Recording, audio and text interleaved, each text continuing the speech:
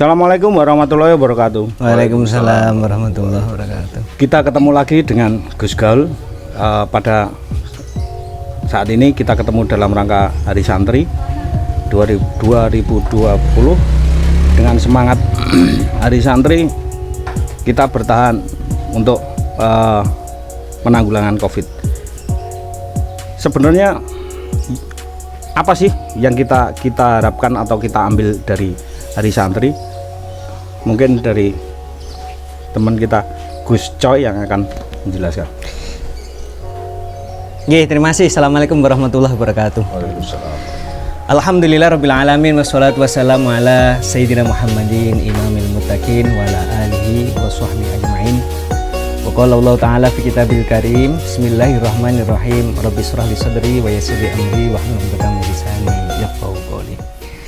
Pemirsa yang dimuliakan oleh Allah Subhanahu wa taala, hari ini kita berbagi cerita tentang bagaimana indahnya santri. menjadi santri gitu ya.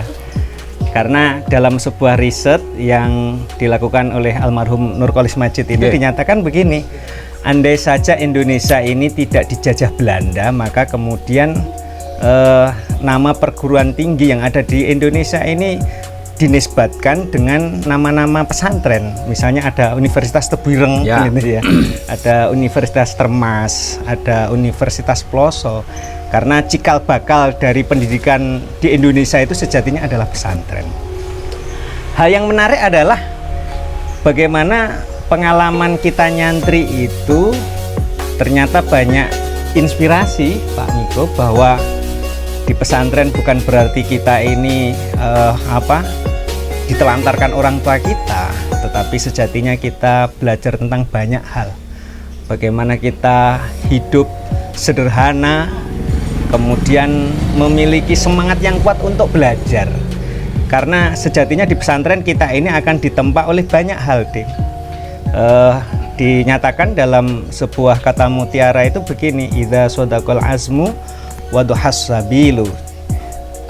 Apabila ada kemauan yang kuat pasti ada jalan. Nah, disitulah barangkali nilai-nilai penting yang perlu dipelajari di pesantren, bahwa kita di pesantren itu dimasukkan dalam kawah Condrodimoko untuk belajar tentang banyak hal. Kan kadang-kadang di pesantren itu ada teman yang baik sekali. Yang repot itu kalau di pesantren sama-sama perotolan ya. Perotolan ketemu perotolan, wassalamualaikum. Tetapi ya tetap untung, karena di situ kita akan diajari bagaimana berperilaku yang baik, hormat pada guru, Proses ya. iya. Jadi tidak semua yang ada di dalam pondok itu mesti api-api. Iya. Bahkan ada yang nakal juga dulu waktu saya di pesantren itu diajak liwetan gitu ya. Saya pikir ini syukuran Pak Miko, malam-malam lampunya mati, dikiranya sama teman-teman itu tahu, ternyata setelah dimakan kok kenyal-kenyal, nggak habis-habis, tiba itu gelan sandal gitu sih, rupanya koyo tahu. Kancane dhewe ya nakal-nakal. Tapi begitulah kehidupan di pesantren itu mengasihkan. Kita belajar bekerja sama. Kalau pas hari Jumat, hari libur sekolah, ada roan Pak Miko. Roan itu ya kerja bakti, bersih-bersih pondok.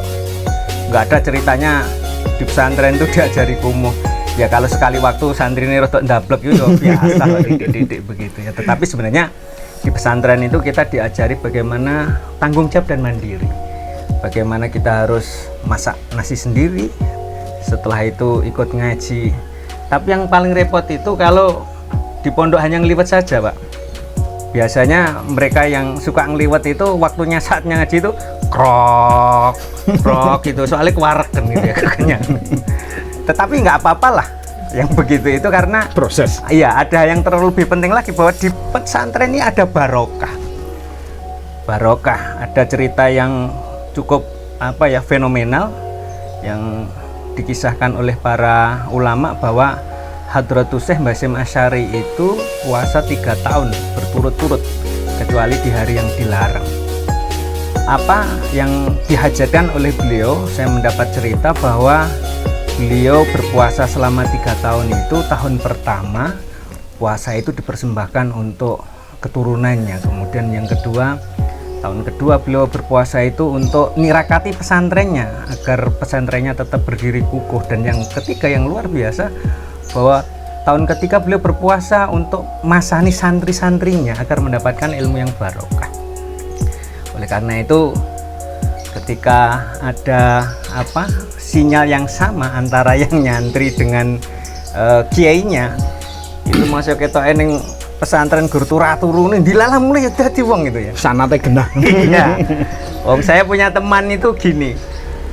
Dia ketika di pesantren itu senengannya membaca puisi gitu. Kerjaannya itu hanya membaca puisi. Tapi ternyata ketika dia pulang ke rumah itu bisa mendirikan pesantren. Teman-temannya gumun. Lu apa mending pondok kene gur maca-maca syair. Baca puisi saja pulang kok bisa jadi kiai. Ternyata setelah begitu beliau bercerita bahwa dia ternyata punya amalan khusus. Amalan khususnya adalah setiap kali bangun tidur atau mau tidur atau kapanpun keluar dari kamar mandi, orang ini tidak pernah lupa untuk selalu mendawamkan wudhu. Inilah amalan yang kelihatannya kecil, tapi karena di pesantren Sederhana. Iya, sederhana tapi memberikan dampak. Ada juga yang dulu di pesantren itu karena nggak punya sangu, puasa Senin Kamis rajin. Iya. Tapi ternyata amalan yang dilakukan dengan niat yang kuat itu tadi, walaupun mungkin menurut kita itu kayak guyonan gitu ya, tapi ternyata memberikan dampak yang luar biasa. Konsep tabaruk yang oleh kiainya, santri-santrinya itu dipasani, akhirnya pulang itu menjadi orang yang bermanfaat. Walaupun ada sebutan kiai anyaran, tapi kan tetap bermanfaat gitu. Tetap bermanfaat. Kenapa? Khairun nas anfa'uhum linnas. Sebaik-baik manusia adalah orang yang bisa memberikan manfaat kepada orang lain, entah itu ya di level RT atau di level musola dan masjid. Yang jelas santri itu nggak ada ceritanya nggak hidup, ya pikirannya itu nggak ada, karena dia sudah dididik bagaimana di pesantren itu selalu memberikan sesuatu, tidak hanya pada dirinya sendiri, pada keluarganya, tetapi juga pada lingkungannya. Dorongan untuk memberikan sebuah manfaat. Ya, jadi disitulah di pesantren orang itu selalu diajari tentang bagaimana bisa memberikan manfaat kepada orang lain. Ini yang barangkali di tempat lain tidak diperoleh, hanya di pesantren. Karena sejatinya ya di pesantren orang diajari bagaimana hidup sederhana, bukan berarti miskin itu ya. Tetapi dalam situasi apapun kita mendapatkan nikmat tetap bersyukur, mendapat musibah juga tetap bersyukur. Kenapa? Karena di pesantren diajari seperti itu. Nah, oleh karena itu sayanglah dalam kehidupan yang modern begini ini orang tidak lagi berpikir bagaimana pentingnya nyantri, sehingga dengan momentum Hari Santri ini kita patut bersyukur dari pesantren khidmat untuk bangsa Nusantara ini. Kenapa? Kalau semua santri punya semangat yang sama, bagaimana mereka bisa memberikan manfaat kepada siapapun yang ada di sekitarnya, nggak ada kemudian konflik horizontal, itu tidak ada. Mestinya begitu, karena hakikatnya di pesantren santri akan diajari tentang sesuatu yang bermanfaat bagi dia. Min husni islamil mar'i tarkuhu ma la ya'nihi. Tanda-tanda dari baiknya keislaman seseorang itu adalah meninggalkan sesuatu yang tidak bermanfaat. Yo nggak ada cerita nih santri kok senengane gosip itu ya. Nggak ada. Maka kita diajari bagaimana berjuang bermanfaat bagi siapapun yang ada di sekitar kita, sehingga kita patut bangga dengan peringatan Hari Santri ini dari pesantren untuk Nusantara. Terima kasih.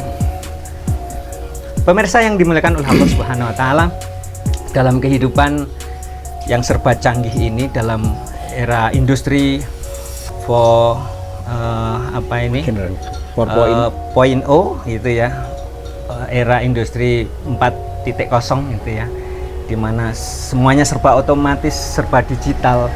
Bukan berarti itu banyak kelebihan, tetapi juga ada celah kosong yang harus kita isi. Bagaimana pendidikan penguatan karakter itu harus dibangun dengan sungguh-sungguh. Dari situlah pesantren mengirim sinyal mengajari tentang pentingnya karakter building, membangun karakter yang baik sehingga menghadapi era industri yang begitu kencang dan begitu keras, pesantren tetap bisa kukuh berdiri di atas bumi pertiwi ini memberikan manfaat bagi masyarakat. Saya pikir begitu, terima kasih. Demikian tadi apa yang disampaikan oleh Gus Coy, bahwa sebenarnya santri itu harus memberikan manfaat dimanapun mereka berada. Seperti halnya slogan Hari Santri pada saat ini, santri sehat, Indonesia kuat. Mari kita bersama-sama jadikan Indonesia kuat. Wabillahi muwaffiq ila thoriq. Assalamualaikum warahmatullahi wabarakatuh. Waalaikumsalam.